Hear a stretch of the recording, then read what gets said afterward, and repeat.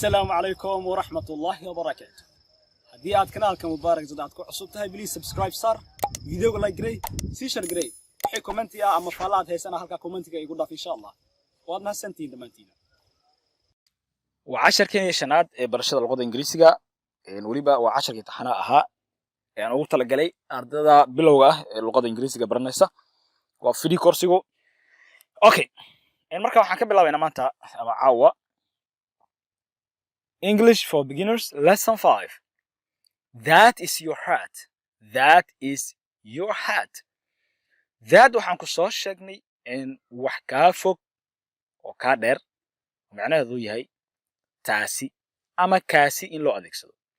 Okay, marka jumlad baan gelinayna maanta ama caawa. That is your hat. Taasi waa koofiyadaada. That is your hat. Taasi waa koofiyadaada. Marka qofka wax tilmaamaya waa qofkan oo u jeedaan sawirka waxaan ugu talagalay inaad si wanaagsan aad ugu fahamto luqadda qofkii waa kana gacantiisa waa taas waxay tilmaamaysaa koofiyadaas marka wuxuu yiri that is your hat taasi waa koofiyadaada marka qofka la leeyahay taasi waa koofiyadaada waa qofka inta taagan waa ninkan qofkan ayaa iska leh marka koofiyadaas okay it's on the table it is on the table waxay saaran tahay miiska dushiisa ama miiska korkiisa marka waa taas koofiyadii waa taa waxay saaran tahay marka miiska korkiisa ama dushiisa aan ku soo celiyo markale that is your hat taasi waa koofiyadaada taasi waa koofiyadaada it is on the table waxay saaran tahay miiska dushiisa ama miiska korkiisa okay marka that is your hat taasi waa koofiyadaada qofka waa kana qofka tilmaamaya koofiyada gacantiisa waa taas koofiyada ayuu tilmaamaya sida sawirka aad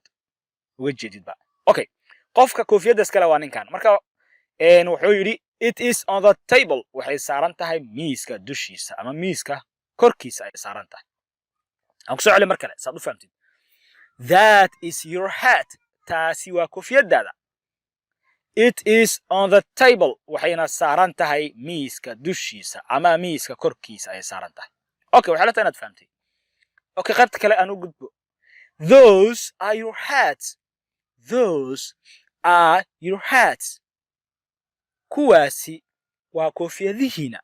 kuwaasi waa koofiyadihiina those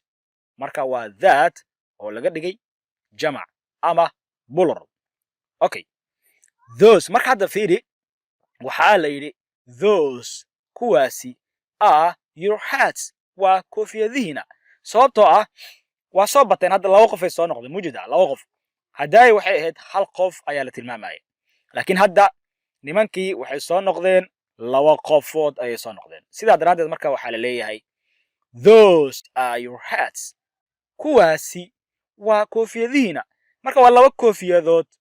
waxaana iska leh labada nin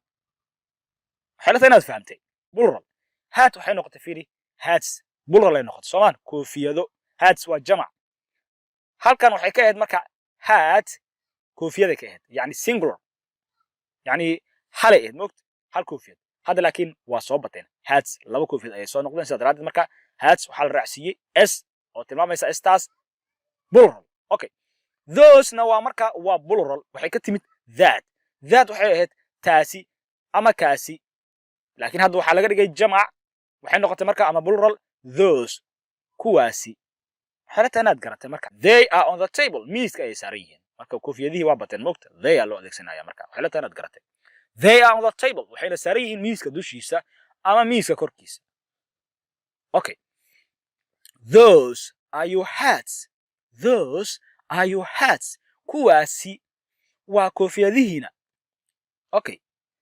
they are on the table waxayna saaran yihiin miiska dushiisa ama miiska korkiisa okay waxay la tahay inaad fahamtay halkaan uga tagay qaybtan waxaan galaynaa qaybta kale ee xigta okay these are my hands these are my hands kuwani waa gacmahayga marka ninkan ayaa wuxuu tilmaamaya gacmihiisa ayuu ka hadlaya wuxuu yiri these kuwani are my hands waa gacmahayga marka these waa this oo laga dhigay jamac ama plural these waxay ka timid ama waxa laga keenay this oo ah kani ama tani laakiin hadda waxay noqonaysaa marka these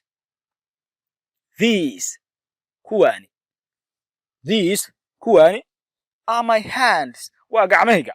these are my hands kuwani waa gacmahayga ninkan ayaa saas leh qofkan sawirkaad u jeedaan okay weli wuu sii wada hadalkiisa wuxuu yidhi this is my right hand tani waa gacantayda midig this is my right hand tani waa gacantayda midig waa gacantiisa midig waa tanaa waa tan okay maxaa tanaad garatay this is my left hand tani waa gacantayda bidix left hand waa tanaa waa gacanta bidixda ah right handna waa tanaa waa gacanta midigta ah maxaa tanaad garatay marka ninkan ayaa tilmaamaya waxaas wuxuu yidhi markii ugu horreysay marka hore wuxuu yidhi these are my hands kuwani waa gacmahayga haddana wuu sii wada hadalkiisa wuxuu yidhi this is my right hand tani waa gacantayda midig right hand okay this is my left hand tani waa gacantayda bidix ama gacantayda bidixda ah waxay la inaad garatay halkan aan imaan marka those are your hands marka ninkan wax tilmaamaya hadda qofkan ayaa wax tilmaamaya gacantiisa u jeeda wuxuu yidhi marka those are your hands kuwaas waa gacmahaaga those kuwaasi ama kuwaas are your hands waa gacmahaaga those kuwaasi are your hands waa gacmahaaga okay these waxaan dhahay these waa kuwani thosena waa kuwaasi those are your hands kuwaasi waa gacmahaaga that is your right hand marka ninkaana wax tilmaamaya markaan that is your right hand taasi waa gacantaada midig okay waa gacantaada midig that is your right hand taasi waa gacantaada midigta ah okay haddana asagaa sii tilmaamaya weli haddana wuxuu yidhi that is your left hand taasi waa gacantaada bidix ama gacantaada bidixeed that is your left hand taasi waa gacantaada bidix marka qofka wax tilmaamaya waa qofkan wuxuu yidhi those are your hands kuwaasi waa gacmahaaga that is your right hand taasi waa gacantaada midig ama gacantaada midgeed that is your left hand that is your left hand taasi waa gacantaada bidixeed ama gacantaada bidix marka casharkeeni caawa ama maanta halkaan ayaan kusoo gabagabeynayaa waa inoo casharka xiga iyo sida iyo nabadgelyo wassalaamu calaykum waraxmatullaahi wa barakaatuh